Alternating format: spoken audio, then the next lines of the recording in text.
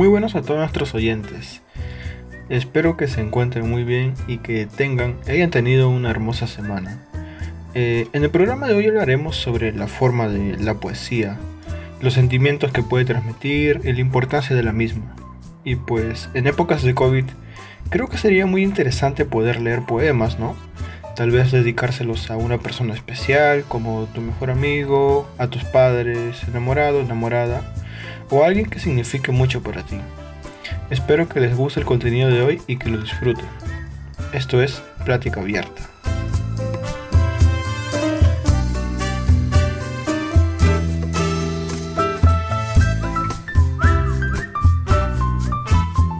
Bueno, aprovechando que en el programa anterior tuvimos un invitado que fue Julio Barco, y pues quien es un poeta que en lo personal me agrada mucho y en verdad tiene una buena narrativa. Y también aparte de ello de que me gusta bastante lo que es la poesía, mis primeros escritos fueron poesía básicamente, ¿no? Y los primeros libros que leí también.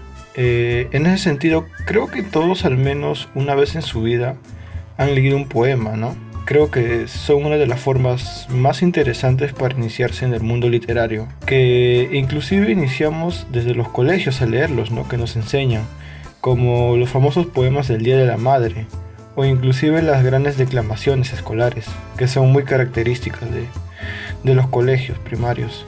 Además, es un clásico dedicar un poema amoroso a esa persona especial, ¿no? Por ejemplo en San Valentín, o inclusive cuando preparabas un testamento para declararte a tu crush y te inspirabas todo la noche anterior, ¿no?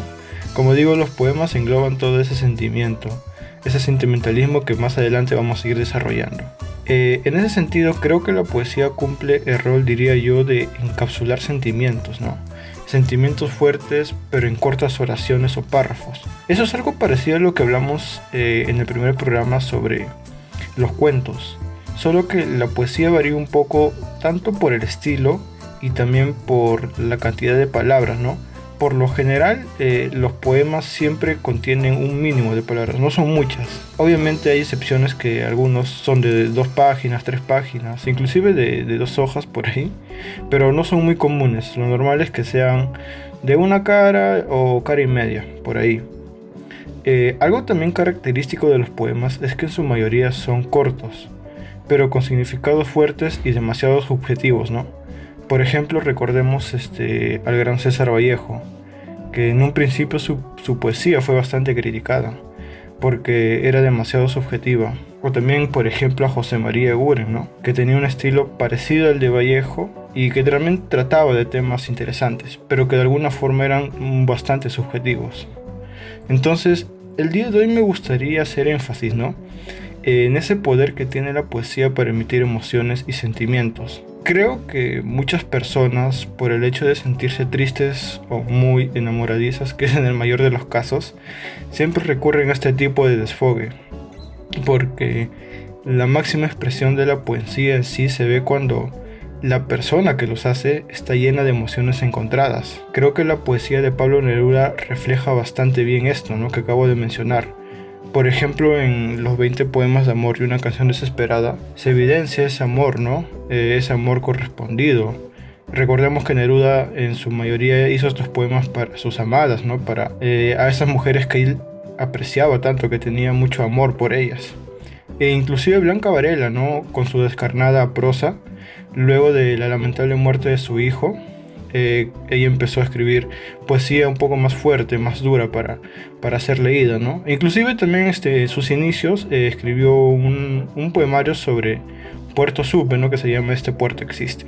Entonces, toda esa expresión de intimidad máxima consigo mismo es lo que hace de la poesía algo excepcional y único, ¿no? Encontrarse consigo mismo, con tu psique, con tu alma, y poder describir todo ese sentimiento hace de la poesía algo súper interesante, y más aún si las palabras las usas de manera exacta, pero son precisas para el momento, para describir lo que tú sientes. Inclusive recuerdo que en mis épocas escolares las parejas se veían guiadas por tiernas palabras, por ese sentimiento que nos hace humanos. Recuerdo que las cartas de amor, por ejemplo, y los mensajitos eran unos de los detalles más clásicos, ¿no? Que hasta el día de hoy creo que lo son, y en verdad lo son, aunque estemos en momentos de pandemia que la gente no se puede ver. Creo que al menos escribir tu cartita por Word o tratar de hacer algo que sea más personal, más íntimo, es algo que aún prevalece hoy en día. Entonces, como digo, es algo súper importante. Y pues estas cartas de amor eran donde nacían los primeros rasgos poéticos, ¿no? Muy aparte de que inclusive quisieras estudiar medicina, derecho, ingeniería, no sé, pero al menos cuando ya te insertabas en este mundo de las cartas de amor, de alguna forma nacía ese ser poético que tenía cada uno, ¿no? Entonces también por ahí podríamos decir que inclusive personas que no tienen relación o no sienten simpatía con la poesía o con la escritura, de alguna forma al tratar de inmiscuirse en este mundo o tratar de redactar algo hermoso para otra persona, diría yo que está produciendo poesía, está haciendo algo más de lo común, ¿no? Algo interesante. Y pues en la forma de hilvanar inclusive, de hacer rimar las lindas frases que cautivaban, ¿no? Esto era muy característico, por ejemplo, de las cartitas que acabo de mencionar. Y como también ya lo había dicho, cada uno tenía su forma de expresarse. Y pues es muy evidente, ¿no? Porque cada persona es un mundo, como se diría. Entonces, como que cada uno escribía lo que sentía y lo que veía, y a su modo lo describía de manera, pues, interesante, ¿no? De manera excepcional. Claro que no todas eran tan profundas como se pensaba, pero de alguna forma había una intención de por medio, ¿no? Una intención de expresar sentimiento, un sentimiento descontrolado. Esa es otra de las características interesantes de la poesía, diría yo, y es que tal vez una persona que no conozca al poeta, o bueno, a la persona que escribió la poesía en sí, pues lo puede interpretar de una manera totalmente diferente, ¿no? Por ejemplo, eso es algo que me pasó con Vallejo, recuerdo. Que la segunda vez que leí los poemas de los Heraldos Negros, los interpreté de una manera diferente a la que la había leído por primera vez. Y no solo con los Heraldos Negros, sino también con algunos poemas de Trilce, recuerdo. Y entonces como que ahí digo, se podría de alguna forma interpretar de manera diferente. Es por eso que el ejercicio de leer poesía es muy interesante, porque no solamente nos deja un sentimiento específico, sino que puede variar con el tiempo, dependiendo de cómo te sientas, de qué es lo que pienses, de tus experiencias. Tú puedes interpretar la poesía de un poeta de manera totalmente diferente a la que él tal vez tenía pensado. En ese sentido yo creo que es válido, ¿no? Y que de alguna forma es un trabajo de la poesía, ¿no? Tratar de hacerte sentir emociones distintas o tratar de entender al mismo lector de lo que siente, ¿no? Ahí también diríamos que está la magia de leer un poema, pues al fin y al cabo tú no sabes con lo que te vas a encontrar o con lo que vas a leer en este caso, ¿no? Siempre es muy variado la temática. Como dije, en varios casos depende de la situación en que te encuentres o de la forma en cómo tú piensas. Ahora también la forma en cómo lo escribas varía bastante, ¿no? Yo recuerdo que a veces habían profesores que le preguntaban cómo poder escribir un poema, ¿no? O tal vez cómo tratar de hacer uno, porque como menciono, yo creo que la poesía es algo que sigue persistiendo hoy en día. El don de poder escribir palabras hermosas, y no solo el don, sino también el poder, el deseo de poder hacerlo. Entonces ahí como que yo entendí un poco más o menos de la siguiente forma, y es que creo que hay unos que lo hacen, bueno, su poesía la escriben de forma muy compleja, ¿no?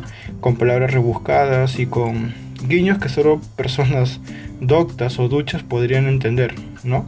Pero también están los otros que prefieren escribir de manera un poco más sencilla y que su poesía sea un poco más entendible, ¿no? Se podría decir que como que es una poesía para el pueblo. Pero creo que ambas formas de escribir están bien. Pero lo que sí o sí nunca debe faltar es la pasión por escribir esos poemas. Las emociones que le pones y la forma en cómo puedes solamente tú por ese medio de las letras. Cómo puedes escribir el mundo por medio de las letras, ¿no? Es un estilo único, invariable, que cada persona tiene. Y así seas el mejor poeta, seas alguien que esté iniciando, seas alguien que tal vez va por nivel intermedio, se podría decir, o que te animas a iniciar por este mundo literario, pues el estilo va a ser muy importante para que tú puedas definir tu poesía. Evidentemente hay algunos que lo hacen de manera descarnada, ¿no? De manera muy profunda, muy fuerte.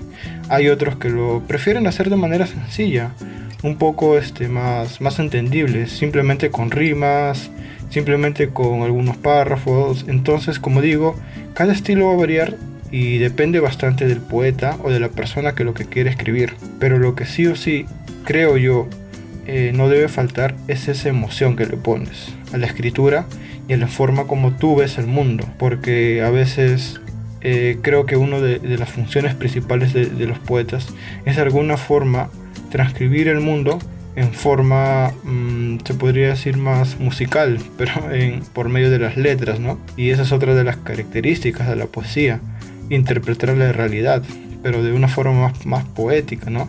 Más hermosa, más tranquila, que sea más bella y más afable para que otras personas también puedan escucharla. Y pues básicamente es lo que quería mencionar, ¿no? Con respecto a la poesía. Yo siempre incito a que lean poesía. Lean la poesía básica, las poesías más conocidas.